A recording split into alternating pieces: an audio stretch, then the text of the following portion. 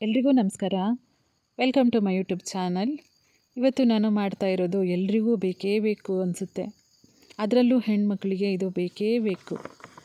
ಬನ್ನಿ ಏನು ಮಾಡ್ತಿದ್ದೀನಿ ಅಂತ ತೋರಿಸ್ತೀನಿ. ನಾನಿವತ್ತು ಹೇರ್ ಆಯಿಲ್ ಮಾಡ್ತಾಯಿದ್ದೀನಿ.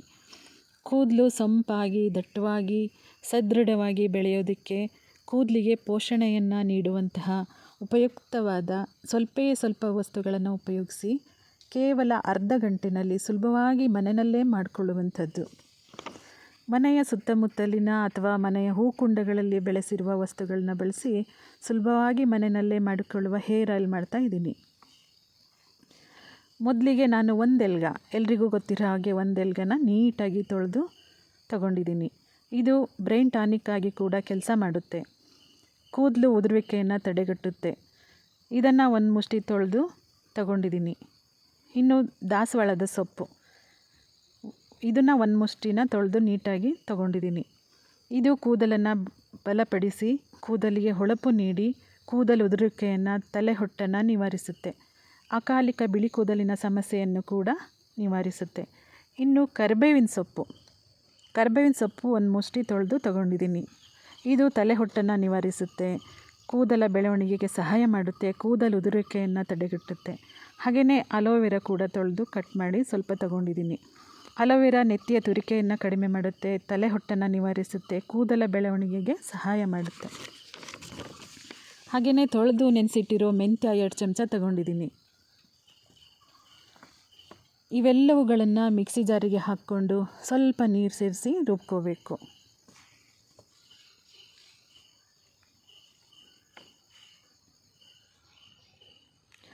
ನಂತರ ಒಂದು ಬಾಣಲಿಯನ್ನು ಒಲೆ ಮೇಲಿಟ್ಟು ರುಬ್ಬಿರೋ ಮಿಶ್ರಣವನ್ನು ಹಾಕಿ ಸ್ವಲ್ಪ ನೀರು ಸೇರಿಸ್ಕೊಂಡು ಮಧ್ಯಮ ಉರಿನಲ್ಲಿ ಬೇಯಿಸ್ಕೋಬೇಕು.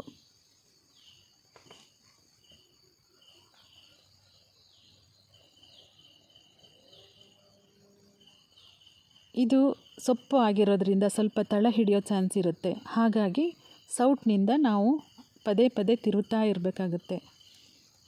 ಹಾಗೆಯೇ ತಿರುತ್ತಾ ಅದರಲ್ಲಿರೋ ನೀರಿನಂಶ ಎಲ್ಲ ಒಣಗಿ ನಮಗೆ ಗೊತ್ತಾಗುತ್ತೆ ನೀರಿನಂಶ ಒಣಗಿದೆ ಅಂತ. ಆವಾಗ ನಾವು ಕೊಬ್ಬರಿ ಎಣ್ಣೆನ ಹಾಕ್ಕೋಬೇಕು. ನಾನಿಲ್ಲಿ ಎಲ್ಲ ಸೊಪ್ಪುಗಳನ್ನು ಒಂದೊಂದು ದೊಡ್ಡ ಮುಷ್ಟಿಯಷ್ಟು ತಗೊಂಡಿರೋದ್ರಿಂದ 2 ಲೀಟರ್ ಎಣ್ಣೆ ಹಾಕಿದ್ದೀನಿ. ಎಣ್ಣೆ ಹಾಕಿದ ಮೇಲೆ ಪುನಃ ಚೆನ್ನಾಗಿ ಕುದಿಸ್ಬೇಕು. ನಾನು ಮೊದಲೇ ಹೇಳಿರೋ ಹಾಗೆ ಇದು ತಳ ಹಿಡಿಯೋ ಚಾನ್ಸ್ ಇರೋದ್ರಿಂದ ಸೌಟ್ನಿಂದ ಪದೇ ತಿರುತ್ತಾ ಇರಬೇಕು. ಹಾಗೆಯೇ ಎಣ್ಣೆ ಈ ರೀತಿಯಲ್ಲಿ ನೊರೆ ಬಂದು ನಂತರ ನೊರೆಯೆಲ್ಲ ಕಡಿಮೆ ಆದಮೇಲೆ ಅದಕ್ಕೆ 2 ಚಮಚ ಸಾಸಿವೆ, ಸ್ವಲ್ಪ ಪಚ್ಚಕರ್ಪೂರ ಪರಿಮಳಕ್ಕೆ ಸೇರಿಸ್ಕೋಬೇಕು.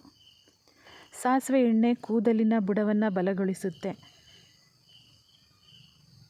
ಇವಾಗ ಸಾಸಿವೆ ಕೂಡ ಚಟಪಟ ಅನ್ನೋ ಶಬ್ದ ಬಂದ ತಕ್ಷಣ ಸ್ಟವನ್ನು ಆಫ್ ಮಾಡಬೇಕು.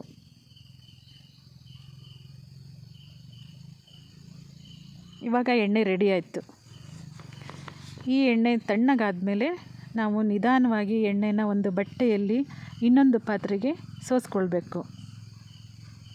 ನಾನು ಹಿಂದಿನ ಒಂದು ವಿಡಿಯೋದಲ್ಲಿ ಬೇರೆ ಸೊಪ್ಪು ಉಪಯೋಗಿಸಿ ಅದನ್ನು ನೆರಳಿನಲ್ಲಿ ಒಣಗಿಸಿ ಪುಡಿ ಮಾಡಿ ಎಣ್ಣೆ ಮಾಡೋದು ತೋರಿಸಿದ್ದೆ. ಇವಾಗ ತೋರಿಸಿರೋದು ತುಂಬ ಈಸಿ ಮೆಥಡ್.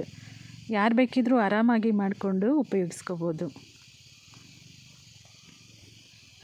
ಹಾಗೆಯೇ ಕೂದಲನ್ನು ಸೊಂಪಾಗಿ ಬೆಳೆಸ್ಕೋಬೋದು. ಸೋಸಿರೋ ಈ ಎಣ್ಣೆನ ಬಾಟಲ್ಗಳಲ್ಲಿ ಇಟ್ಕೊಂಡ್ರೆ ಬೇಕಾದಾಗ ಉಪಯೋಗಿಸ್ಕೋಬೋದು. ಕೂದಲನ್ನು ಆರೋಗ್ಯವಾಗಿ ಇಟ್ಕೊಳ್ಳಿ, ನೀವು ಖುಷಿಯಾಗಿರಿ, ಸಂತೋಷವಾಗಿರಿ. ಹಾಗೆಯೇ ನನ್ನ ಈ ವಿಡಿಯೋನ ಲೈಕ್ ಮಾಡಿ, ಶೇರ್ ಮಾಡಿ, ಸಬ್ಸ್ಕ್ರೈಬ್ ಮಾಡಿ. Thank you.